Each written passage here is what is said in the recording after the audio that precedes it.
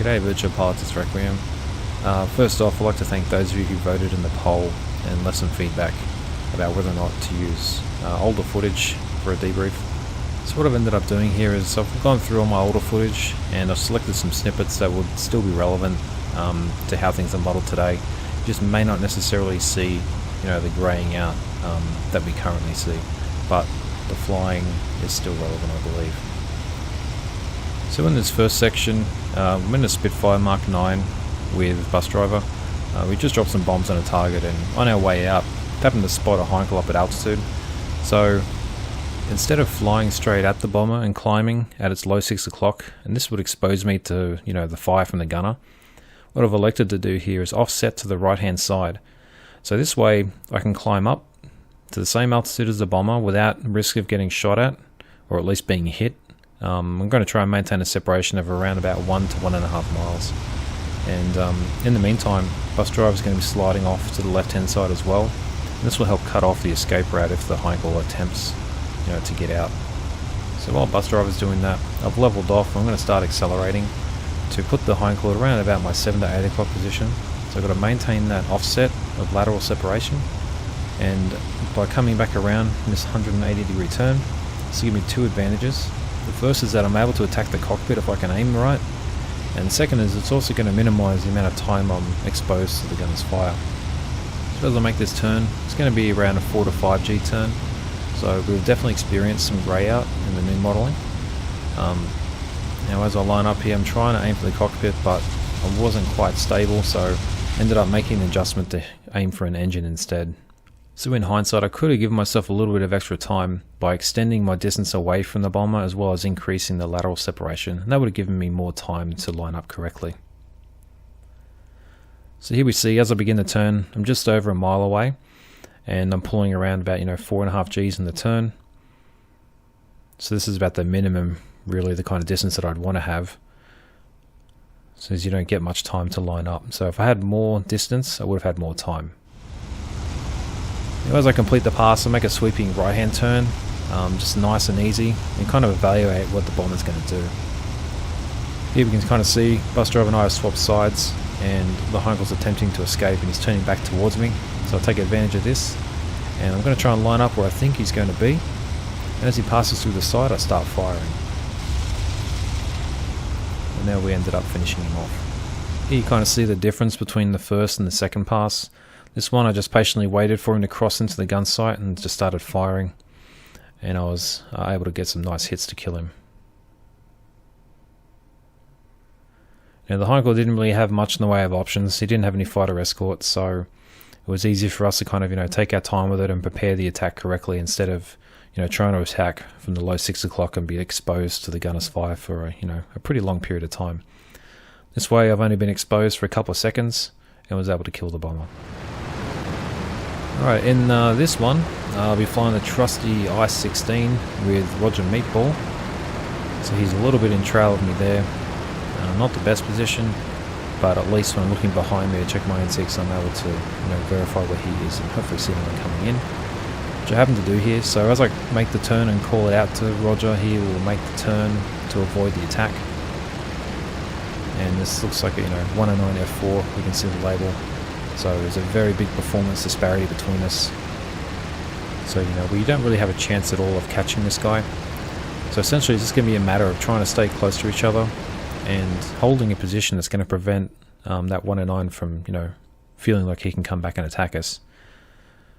So Roger kind of entered the cloud there a little bit, and I've spotted that 109.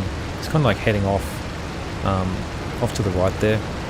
So what I'm going to try and do is maintaining a position between Roger and the Bandit. This way, if the Bandit does decide to recommit, I'm in a position to help. In the meantime though, Roger's called out that there's 109 above him, so I'm kind of stuck in a hard place here. I need to come back and help him, but this also has the danger of maybe encouraging the other 109 to recommit back towards us while my back is turned. But there is enough of a distance now that 109 won't be an immediate threat, so I'm able to come back towards Roger to attempt to help him out and provide callouts of that 109 that's attacking him, and then having a quick check behind me, and that Bandit doesn't look like he recommitted, so I can continue here. So here we've got the 109 with a energy, altitude, performance advantage here against Roger. So he's going to be pretty well focused on him. So now it's just a matter of making the right call out so Roger can make the decisions to hopefully avoid any of his gunfire and buy himself enough time for me to get there and, hopefully help him out. So as the 109's coming downhill, he's kind of staying in lag, just trying to gain the right position in order to take a shot against Roger when he can. Unfortunately, because of this performance difference, Roger's having to give up a lot of altitude and energy in order to defeat his shooting. And what ends up happening, the 109 gains a lot of airspeed and gets stuck in lag, and with his airspeed he's electing to come back uphill. But with me behind him here, I'm able to pull in behind, just hold lag long enough, getting guns range and score some hits. And now that Bennett's suddenly aware of me, and he's going to attempt to disengage. So here we see Roger's able to keep that tight turn, but the 109 can't because of his higher airspeed, so he has to go in lag and then try and gain some altitude and hopefully come back downhill, but without him being aware of me there, that allows me to close in, reduce the distance and get some shots and score some hits. So at this point the 109 is damaged and he isn't really able to continue, so he's just going to dive away, and there's no point me chasing him because I'm not going to catch him, and I'm just going to reform with Roger. So here we are flying along a little bit later in the sortie. Probably got around about 50% fuel at this point, and then suddenly I get hit out of nowhere. So I end up being kind of losing control of the aircraft, and I'm just going to replay it just to show the thought process here. So slowing down, as I get hit, I kind of lose control. So I need to kind of quickly evaluate what the status of the airplane is as I'm spinning. I know I'm spinning to the left, so I'm adding right rudder, while I'm also looking and seeing, alright, I've got one elevator missing, and I still have one left. So I know I can at least recover from this spin. If I didn't have either elevator, I would have bailed out at this point, but I can at least recover the airplane and try and make it back to friendly lines, as by this time I'm actually over enemy lines, so I need to head back to the east and just try and get home. Now I do happen to have a fuel leak as well, so I'm definitely on a limited time frame to get home, and controllability is also a pretty serious issue. The good thing going for me now is that I'm just under the cloud base, so it's going to be very hard for that 109 that bounced me to come down and attack. So my goal is going to be, to stay under this cloud base and avoid getting attacked again. So my head's definitely on a swivel by now, and I'm just trying to get back nice and safe. The problem is though, while I'm protected from above by the cloud, there is another airplane down below me, and it's actually the airplane that I shot at earlier. So he's obviously not very happy with me hitting him, and he's looking to try and kill me now. So while I'm continually trying to, escape to the east, this guy starts shooting at me from almost 800 meters away. So this did strike me as a little bit weird. It made me think he might be a little bit impatient or just lacks a little bit of experience, as, with his performance advantage, he should just quite literally hold his fire until he gets closer. Otherwise he's just wasting his ammunition. So this kind of made me think that I might be able to at least force him to overshoot. I am having some controllability issues with the airplane, so I can't really apply much G without losing control. So as he's getting closer, I have to start weaving a little bit here, and end up losing control a little bit there. So I know that I can't really apply much in terms of control inputs. So all I can really do here is just try and engage in a scissors fight with him and try and force him to overshoot. So he kind of gets overshot there.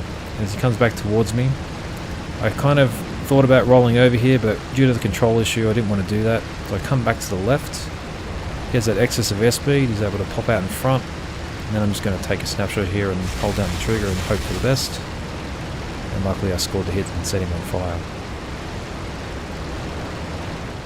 So the big takeaway from this is, other than being lucky on my part, is that the 109 was really aggressive when he was attacking me, and he came in with a little bit too much airspeed, and he wasn't able to bleed off enough, and as a result, when I brought him into the flat scissors, all that extra airspeed just made him carry through and overshoot, whereas he had the option of going vertical initially and didn't elect to do that, and it cost him.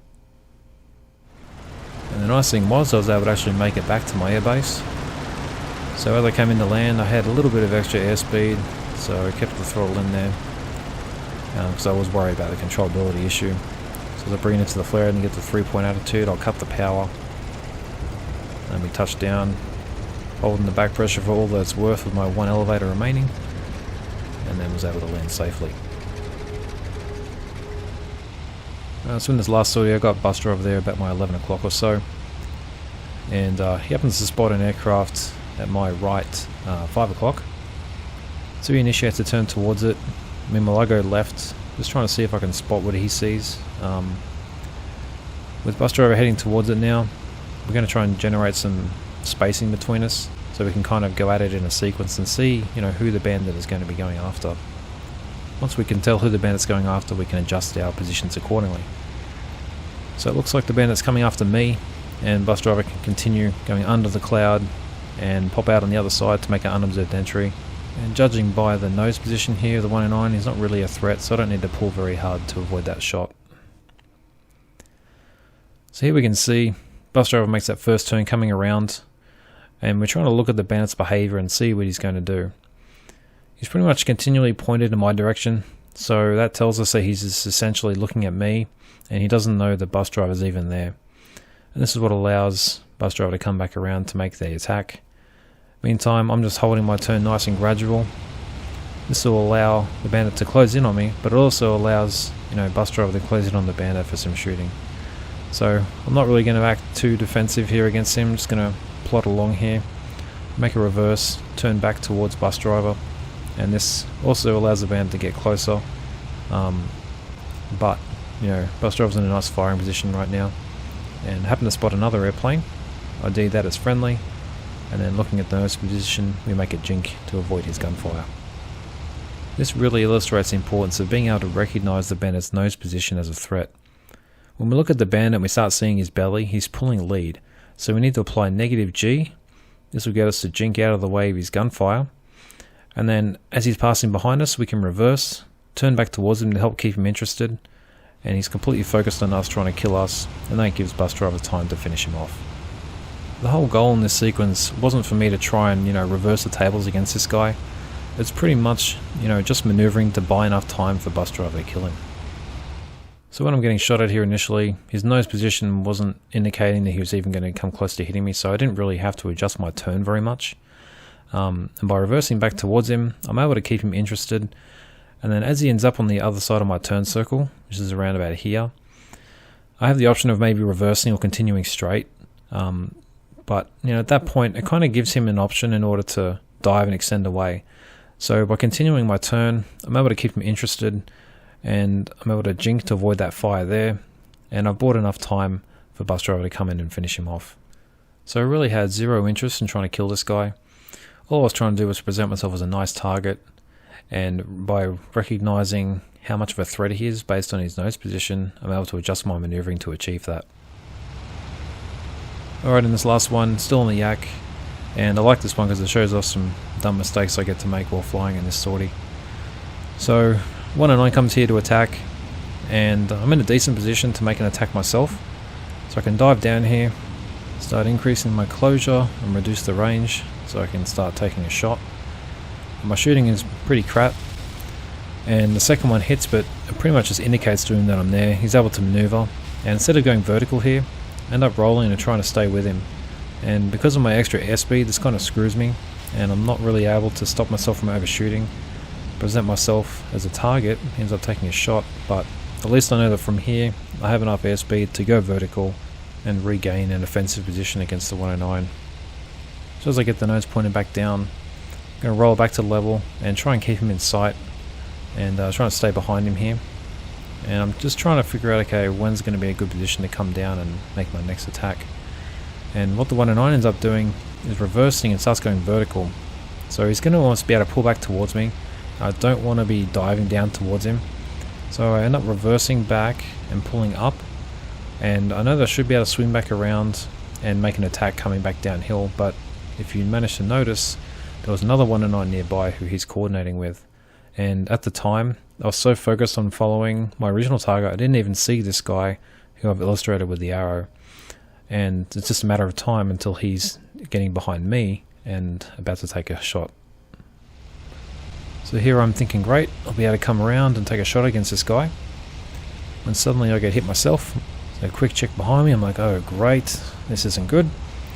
So with that guy right on my tail, I pretty much just keep the nose pointed down and just spiral as if I'm out of control. And when I see he's not pointed at me anymore, I know I can pull out of the dive safely, and I'm just going to try and get away as fast as I can. So I didn't even see this guy, so it was very easy for him to take that shot on me. And once I was hit, I just made that instinctive reaction just to apply that full aileron and just begin a rolling dive. And then when I'm looking behind, I can see he pulls off. I know he can't see me anymore, and that's time I'm going to begin the recovery. So as I'm trying to extend away, I'm looking behind me to make sure that they're not chasing me, but I didn't quite have the trim set correctly, so as I looked behind me, ended up hitting the ground and skidding to a stop.